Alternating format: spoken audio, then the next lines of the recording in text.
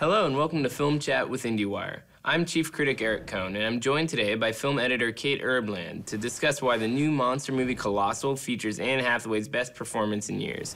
So Kate, the cool thing about this movie is that Anne Hathaway is basically this alcoholic, outcast type of character who finds out that her actions control this monster in South Korea, and so the way in which she has to perform while first figuring out this crazy thing is happening to her and then figuring out what to do with this power really puts her to the test as an actress, and I think she really delivers in a way that's incredibly satisfying because it's funny and strange, but at the same time there's an emotional undercurrent that really builds up throughout the movie. Wouldn't you agree?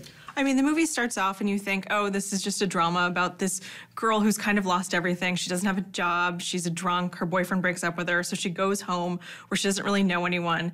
And meanwhile, there's a monster that's attacking, cities halfway across the world, and she slowly figures out that she's the monster. So she has to, balance being a literal monster and being kind of a jerk in her real life, and how those two things intersect is really interesting. And I think that because of the strength of her performance, alongside Jason Sudeikis, who really does this interesting, weird role that you think that you've seen this guy before, and you have not seen this character before, and they just still keep it grounded even when things are going absolutely insane around them.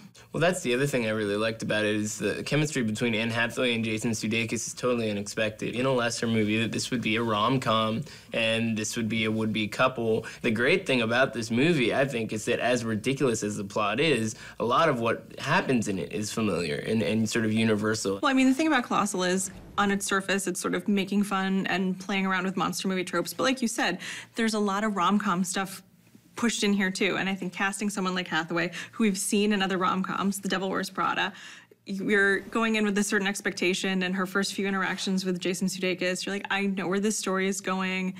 And then it just flips all of that on its head. And it does that by playing with two different kinds of tropes in a way that most other movies can't pull off nearly as well. In her case, I feel like it took a while for a Colossal to come along, something that really is just edgy and different and challenging and allows her to be on the same wavelength as the movie, to kind of work with it and try to turn it into something deeper. I mean, it's exciting that she chose this role, and she really seemed excited about this movie and the director and the cast around her, and she wanted to do this. She's an Oscar winner. She's been in huge movies, and the fact that she wants to do this movie now as part of her career is really exciting, and I hope that we see more stuff like this from her, because it seems clear that there's, depths to her performances that we haven't even seen yet, and Colossal really touches on so much of that. The bottom line with this movie is you can very easily go see some big blockbusters that are satisfying, but there is always going to be a limit to what those movies can do because they're being designed to be commercial, to appeal to the widest audience. What Colossal's doing, and I think it's to Anne Hathaway's credit that she's helping elevate its profile,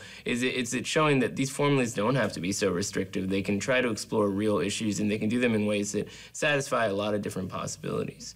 Well, thanks, Kate.